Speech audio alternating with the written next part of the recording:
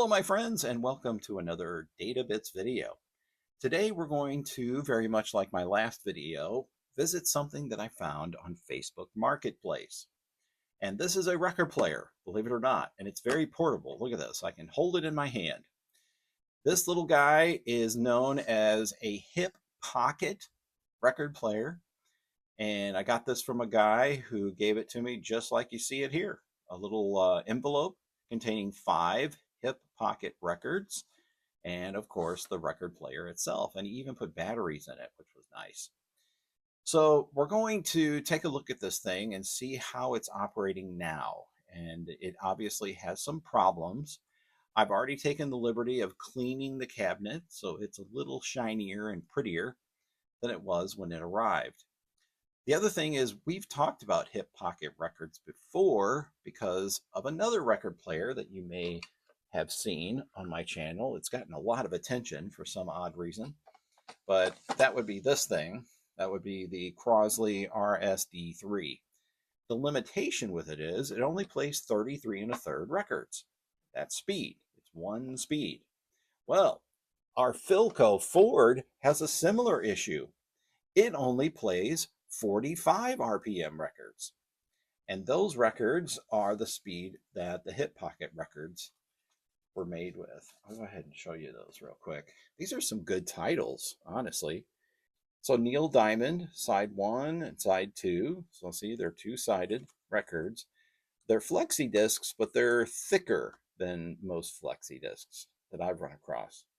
So we got Neil Diamond. We got The Doors, Light My Fire, Break On Through to the Other Side. We've got Brown Eyed Girl and Midnight Special with Van Morrison. A band called The Fallen Angels, which I am not familiar with. Room at the Top and Most Children Do. And Tommy James and the Shondells. I think we're a clone now. Alone now. I actually have this record already, and I have the sleeve that goes with it. I've shown you this before. This was a 1960s technology, and it was kind of like a Walkman before there was a Walkman. Even though you can't really walk around with this thing, I suppose you could hold it out in front of you. But notice on the back here, special offer, Philco Ford Mini Radio Record Player. Now mine's not a radio. And this one plays 33 and 45 records, as opposed to the one that I have here, which only plays 45 RPM records. And all you needed to do was send $17.95, check or money order, payable to Procter & Gamble Company, your name and address, and 2 proofs of purchase, carton or label, from Head & Shoulders, Gleam, or Scope, one brand or assorted.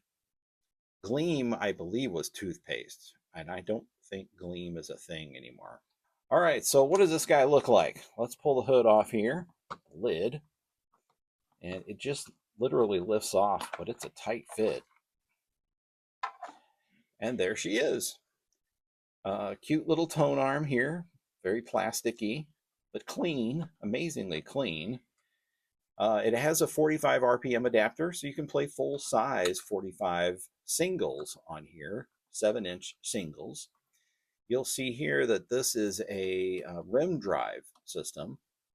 And if I turn it on, you'll see that it spins. But the issue I have at this point is there is no sound from this thing. I mean, it is dead. There are certain places on the circuit board, which I'll show you here in a second, that do respond to touch, like buzz a little bit. You can hear it through the speaker. I'm guessing it's going to need new caps on the amplifier. Okay, so here's the top, and it's very simple. You got your tone arm, speaker, and on and off switch with volume control there, and of course your rubberized turntable, which cleaned up kind of nice. So let's flip it over and we'll see what its guts look like. They're very easy to access.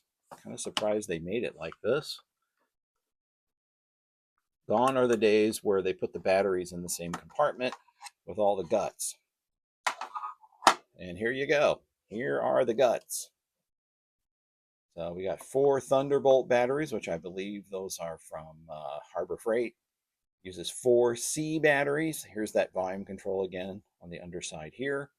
Here's that amplifier board here that you can see. There's a cap there, cap there. Here's our motor, which appears to be healthy. We have a wrist strap here, which is stiff as a board. I mean, this thing is like not flexible at all.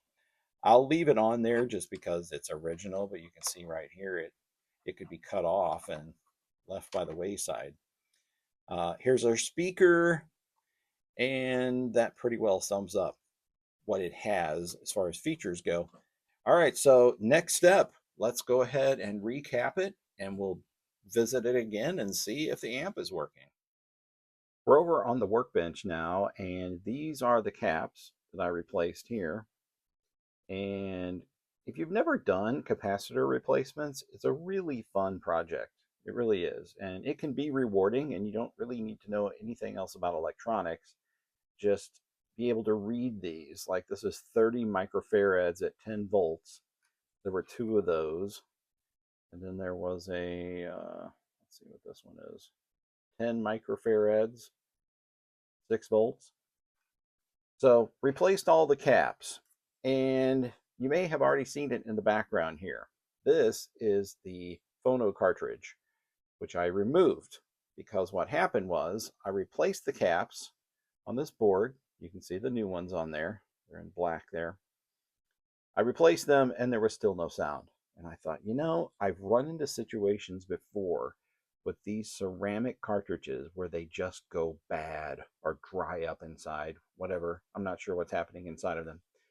But this cartridge is not working and it's not outputting. And so I tested that theory using one of these little styluses here. And this actual needle and cartridge kit goes with a children's record player, and the cartridge is actually part of the needle. So I hooked that up to the wires and I got a little bit of sound out of it. It's definitely this guy that needs to be replaced. And maybe the capacitors were fine, but in any case, they're definitely fine now because they're all new. So our next step will be to order one of these off the internets, another cartridge in a modern one that works, and put it in this sucker. Well, here on the flip side, I didn't have to go out to the internets to find a cartridge. I simply stole one from a completely worthless piece of garbage known as a Crosley record player. So in the meantime, I have gone ahead and soldered the wires with some little plugs on them. And what I'm going to do is use some 3M brand two-sided tape. And I'm going to stick it on the back of this and then stick it up here into the cartridge shell. All right, so let's give that a shot, and maybe we have a shot at hearing this thing play. And there is my nifty new cartridge in place. All right, with our cartridge installed, we are now ready to give this a whirl. I'm going to go ahead and turn the power on with the volume all the way up. And let's play you a little bit of this Hansel and Gretel children's record made for the hip pocket. And the reason I'm playing this is to keep the copyright police off my tail. So let's give this a whirl, just to let you hear the sound quality of it. There was a family, oh so poor, no food was in the kettle. To feed father and stepfather and young Hansel and Gretel. One morning, this bad stepmother said, "Your children must go. We'll lose them in the woods, come more, and we'll have no more woe." They thought the children were asleep, and they looked on the stair. They'd find, no doubt, to their surprise, little Hansel hiding there. Okay, if you've ever seen the movie Robin Hood, Men in Tights, this is a Robin Hood hip pocket record. Notice that the label is like engraved on it versus actually printed. And this should bring back some interesting Robin Hood vibes for you. Take a listen. We're a merry band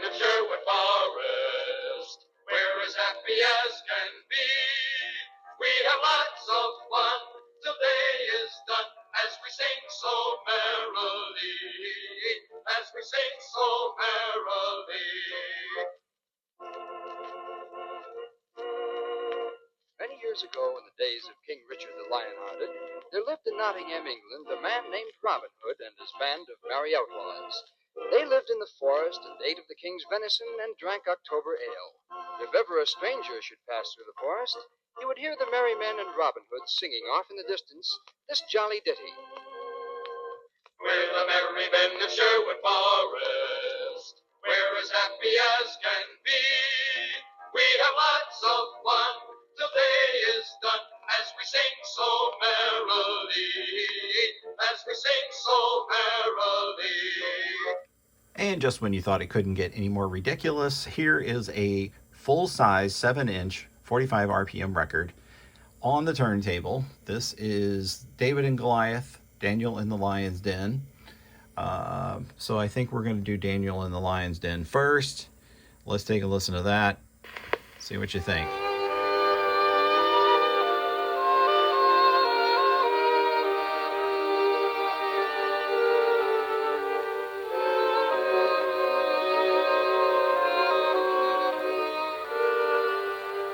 Once upon a time, in a land of sorcerers, there lived a prince named Daniel. Daniel was wise and just, and though he was an exile, he understood the people, and for this the emperor gave him power second only to his own. Then, of course, the other princes became jealous of Daniel, and one night they met in a dark cavern. We must rid ourselves of this Daniel. This outsider has grown too high and mighty. But how? He is the emperor's favorite. He is a foreigner, is he not? He worships an alien god, does he not? Yes. You will see this Daniel will be murdered, and the emperor himself will order it.